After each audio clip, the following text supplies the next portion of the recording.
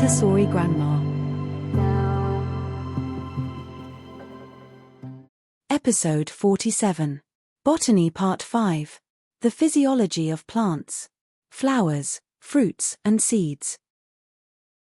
Botany Part 5. Function of Flowers, Fruits and Seeds. A Montessori lesson retold and presented by Geeta Vijayachandran. The Physiology of Plants. Montessori made many impressionistic charts that show the physiology of plants. Although the children have already worked with plants and parts, this lesson sparks their interest. The charts are divided according to the function of parts and are shown when the relevant part is taught.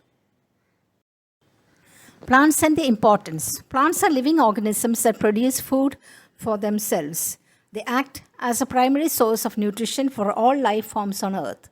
Plants are also the only source of oxygen in nature. The study of plant physiology includes external and internal functions of plants. This material in this set of charts is an introduction to what Maria Montessori believed children should know regarding the way plants work. Using impressionistic charts, children can understand how plants function and how they are connected to all other living organisms on this planet. When to present the charts? The botany impressionistic charts are used in the elementary class after children have been introduced to the great stories, know the parts of plants, and have done the first knowledge of the plant kingdom. They should have done a study of plants in the timeline of life, and they may have been introduced to the first classification of plants chart.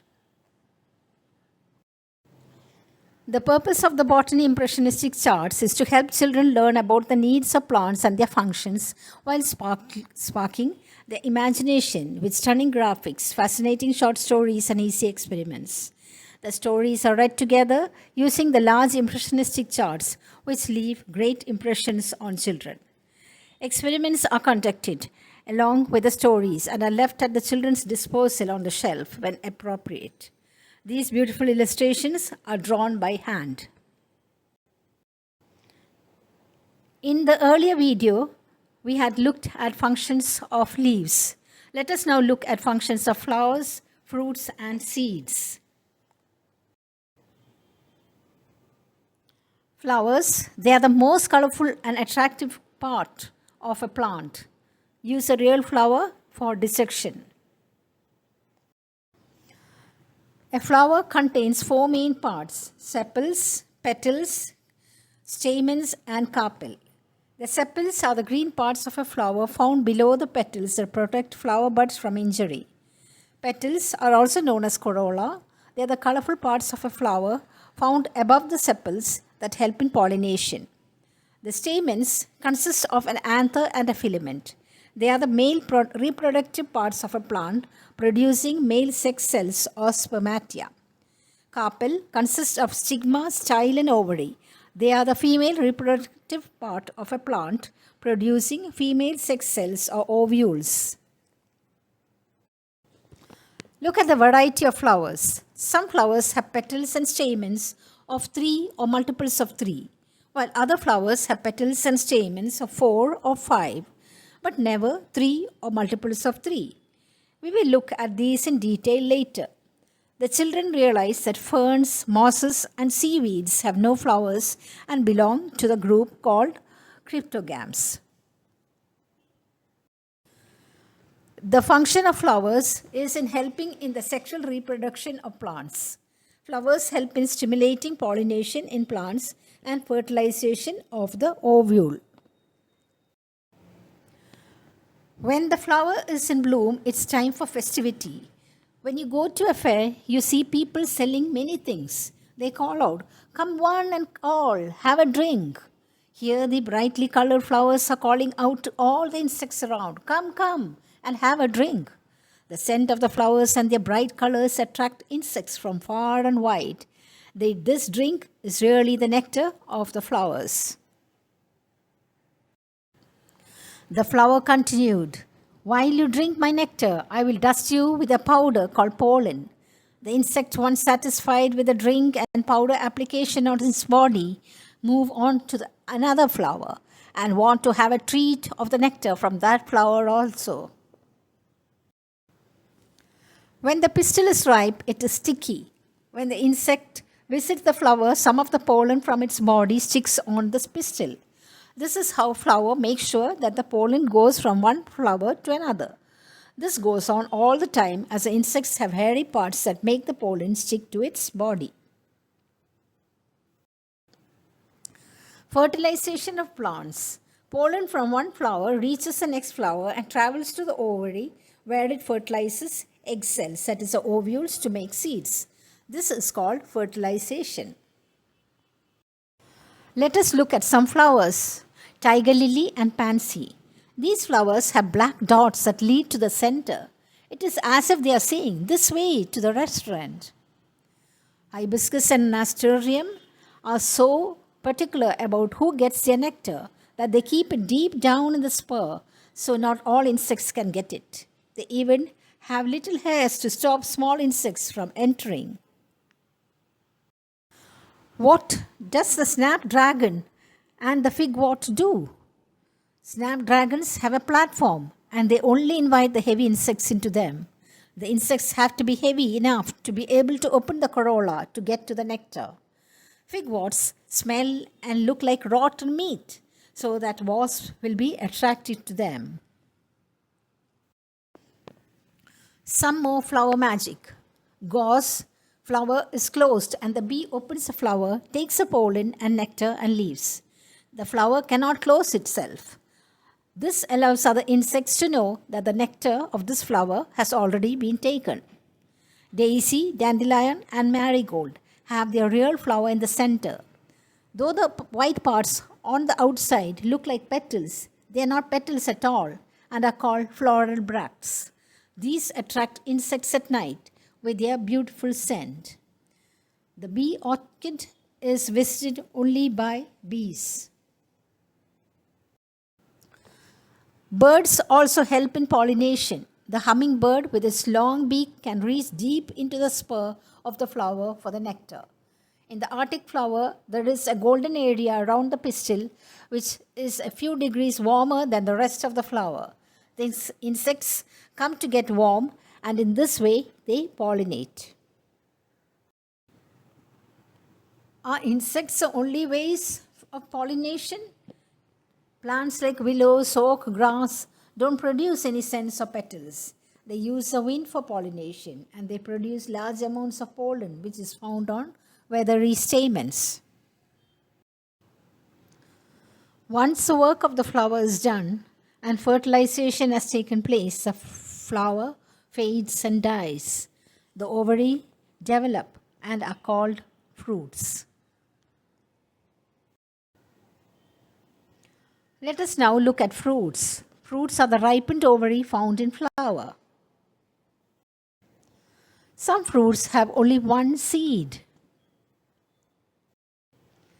Most fruits have many seeds, like the watermelon, papaya, and chiku. The function of fruits: the ovules after fertilization make the seed, which is then fertilized to form new plants. Fruit protect the seeds inside them. Let us look at some seeds. Let us look at parts of a seed. This is the seed from the outside, and then you can see the inside, which has got the radicle, the epicotyle, and the endosperm and the cotyledon, seed coat, etc. There are two types of seeds, monocotyledons and dicotyledons. So, monocotyledon, you have the corn as an example, and in dicotyledon, we have the bean as an example. Most seeds grow inside the fruit. Seeds can also grow on the outside. Seeds are dispersed in different ways. Seeds are dispersed by wind. Seeds are dispersed by animals and humans. Seeds are dispersed by explosion. When the seed becomes ripe, or when the fruit becomes ripe, the fruit bursts and seeds are dispersed. Seeds are dispersed by water. What would happen if seeds were not dispersed? If seed dispersal did not take place, then the seeds will germinate next to the mother plant. The seed and the plant will not have enough room.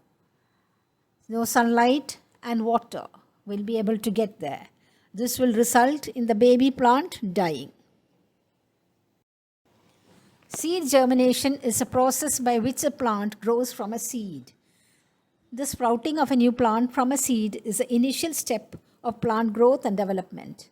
As soon as the seeds or leaves appear, the plant starts to manufacture its own food and forms a root system to take up nutrients from the soil. Water, temperature, light, oxygen play a role in the process of germination. Let us look at how a seed becomes a tree. This is journey of a seed. The seed sprouts, and then you can see the seed growing up into a plant, and then finally into a tree which produces flowers, fruits, and then seeds. And eventually the cycle is repeated. We know that reproduction is one of the vital functions of animals and plants. When living things reproduce, they will only reproduce what they are. A dog will not give birth to a cat. A plant will not give birth to an animal.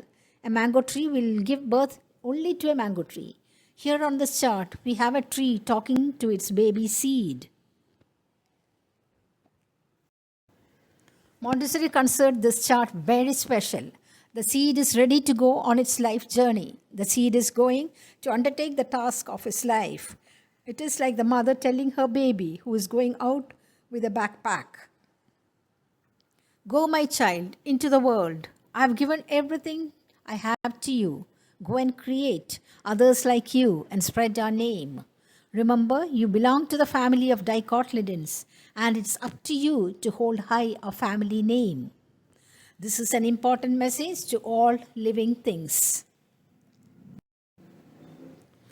Seeds carry life from generation to generation. Through the seeds, speak the voices of the ancestors. Each time we plant a seed, we become ancestors for the generations to come. So let us sow a seed for the future generation. Is this the end of plant study? Certainly not. We will look at more stories about plants later on. There are many more experiments we could do with the children. That takes us to end of Botany Part 5, the Physiology of Plants, Flowers, Fruits and Seeds. Thank you for watching. This is Geeta Vijaychandran signing off.